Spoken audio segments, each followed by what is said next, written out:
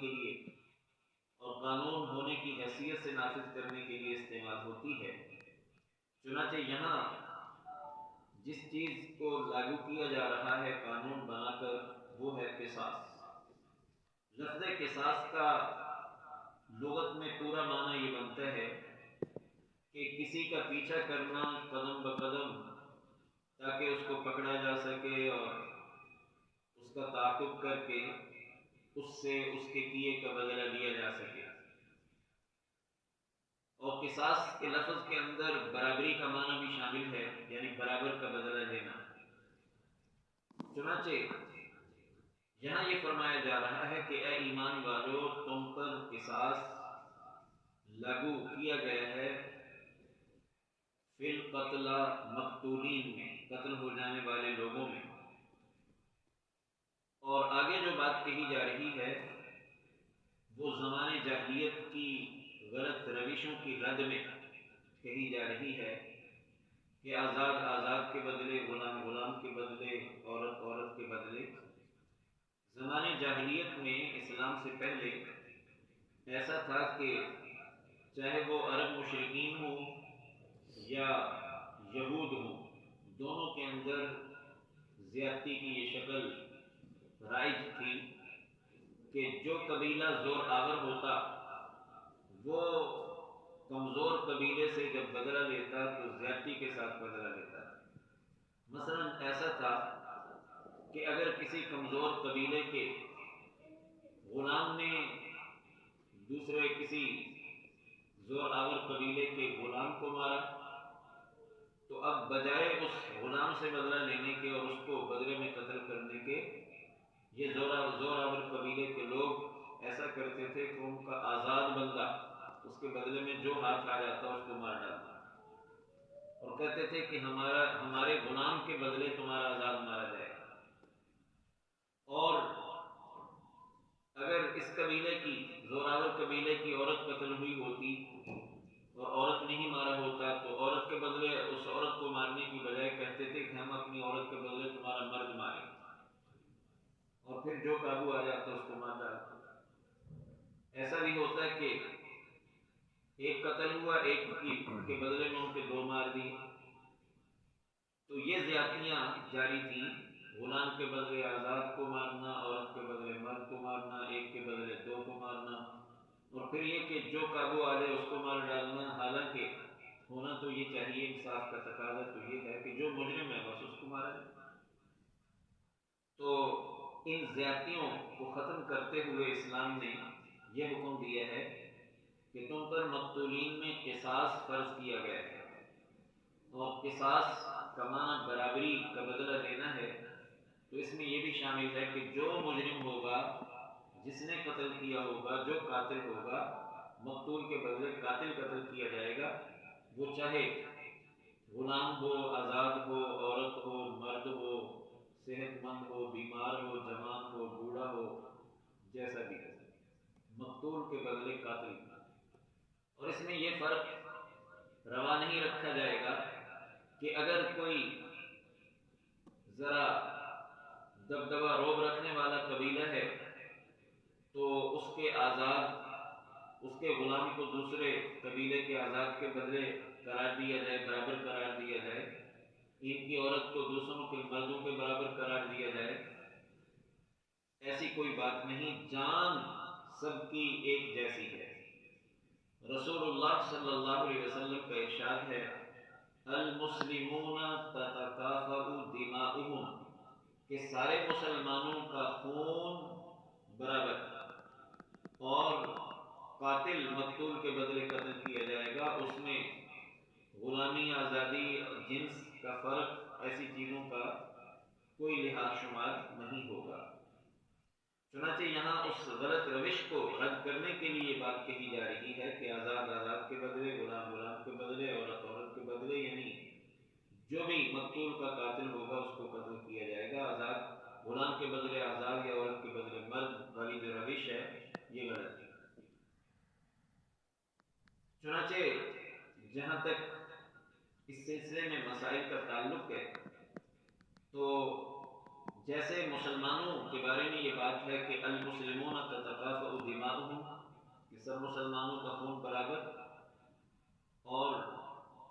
مقتول کوئی بھی ہو مسلمان، اس کے بدلے قاتل کو مارا جائے گا۔ اگر عورت نے کسی مرد کو قتل کیا، مرد کے بدلے عورت ماری جائے گی، خون میں برابر ہوں گے۔ اسی طرح یہ بھی شامل ہے کہ جو اسلامی مملکت میں رہنے والے ذمی کافر ہیں، اور ذمی کافر ہونے کا مطلب یہ کہ جو اسلامی اور مسلمانوں کے ملک کے شہری کی حیثیت سے رہ رہے ہیں، تو ان کے خون کا بھی، جان کا بھی احترام اسی طرح ہے جیسے کسی مسلمان کی جان کا احترام ہے۔ لہذا اگر کوئی مسلمان کسی ذمی کافر کو مارتا ہے تو اس کے بدلے بھی قصاص لیا جا سکے گا، اس کے بدلے دیت آئے گی، البتہ قصاص نہیں، اور لیکن اس کے خون کا بھی احترام ہے۔ باقی یہ ہے کہ قصاص کے ساتھ ساتھ ایک دوسری چیز جو قتل کے بدلے کے طور پر آتی ہے، اس کو دیت کا نام دیا جاتا ہے، جو مالی معاوضہ کہلاتا ہے۔ قصاص اور دیت کے احکام کے اعتبار سے قتل کی 5 قسمیں بنائی جاتی ہیں۔ قتل کی 5 قسمیں ہیں۔ ایک ہے قتل عمد، ایک ہے قتل شبہ عمد، ایک ہے قتل خطا، ایک ہے قتل جاری مجرا خطا، اور ایک ہے قتل بالمثل۔ تو یہ جو 5 قسمیں ہیں، ان میں سے قتل بالسبب آخری قسم، ان میں سے پہلی جس کو کہتے ہیں قتل عمد، یہ ہوتی ہے کہ مارنے والا مارنے ہی کے ارادے سے حملہ کر رہا ہے، کسی کی جان ہی لینا چاہتا ہے، اور آلہ بھی ایسا استعمال کر رہا ہے کہ جو عام طور پر کسی کی جان لینے کے لیے استعمال ہوتا ہے، تو یہ قتل عمد ہوگا۔ قتل شبہ عمد یہ ہوتا ہے کہ جو قاتل ہے اس نے جان لینے کے لیے ہی حملہ کیا ہے، لیکن آلہ ایسا استعمال نہیں کیا کہ جو عام طور پہ جان لینے کے لیے استعمال ہوتا ہے، کوئی تیر تلوار، کوئی بندوق، کوئی ریوالور، کوئی کلاشن کوف، ایسی کوئی چیز استعمال نہیں کی، کوئی بڑا پتھر اٹھا کے مارا، کوئی لٹھ مارا، ارادہ مارنے کا تھا، لیکن آلہ جو ہے وہ ایسا نہیں لیا جو عام طور پہ قتل کرنے کے لیے استعمال ہوتا ہے، تو اس کو قتل شبہ عمد کا نام دیا جاتا ہے۔ تیسری قسم ہے قتل خطا۔ قتل خطا یہ ہوتا ہے کہ جو قاتل ہے اس نے مقتول کو مارنے کا ارادہ نہیں کیا تھا، غلطی سے مر گیا۔ مثلا یہ کہ شکار کھیل رہا تھا، اس نے گولی فائر کی اپنی طرف سے کسی بھاگتے ہوئے ہرن پر، لگ گئی کسی بندے کو اور وہ بندہ مر گیا۔ یا اس کی مثال یہ ہے کہ اس شخص نے تو بھاگتے ہوئے ہرن کو یا پرندے کو فائر کیا، لیکن جس کو اس نے وہ جانور سمجھا، ہرن سمجھا، وہ کوئی بندہ تھا، اور دور سے اس کو پہچان نہیں ہو سکی صحیح، اور بندہ تھا جس کو اس نے نشانہ بنا کے مار دیا، اپنی طرف سے جانور سمجھ کے مارا، تو یہ قتل خطا میں آئے۔ قتل شبہ خطا یا جاری مجرا خطا یہ ہوتا ہے کہ جیسے کوئی موٹا بندہ، اس کے ساتھ کوئی بچہ لیٹا ہوا تھا، اس نے کروٹ لی اور اس کے اوپر آنے کی وجہ سے وہ بچہ مر گیا،